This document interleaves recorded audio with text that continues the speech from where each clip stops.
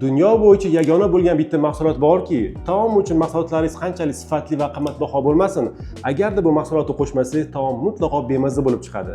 Ammo bu mahsulot bir vaqtning o'zida taomni ham mazali, ham mutlaqo buzib ham qo'yishi mumkin. 16 yoshimda ukrainalik ustozim har qanday taomni haqiqatdan ham mazali qilishni eng oddiy va juda ham muhim siri bu tuzni me'yoriga yetkazib solish deb o'rgatgandilar.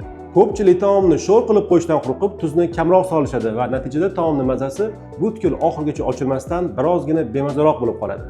Hattoki shirinliklarning ham tuzsiz mazasi to'g'ri ochilmaydi. Tajribali konditorlar 80-90% shirinliklarga ozgina tuz qo'shishadi, lekin buni sir saqlashadi.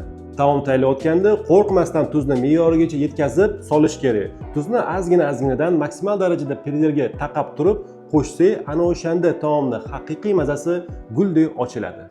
Lekin taomni tuzdan ham ko'proq mazali qiladigan bir narsa bor. Bu narsa haqida ko'pchilik oshpazlar bilishadi.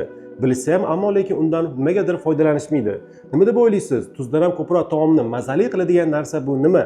Fikringizni izohlarda yozib qoldiring va bu haqida keyingi safar gaplashamiz.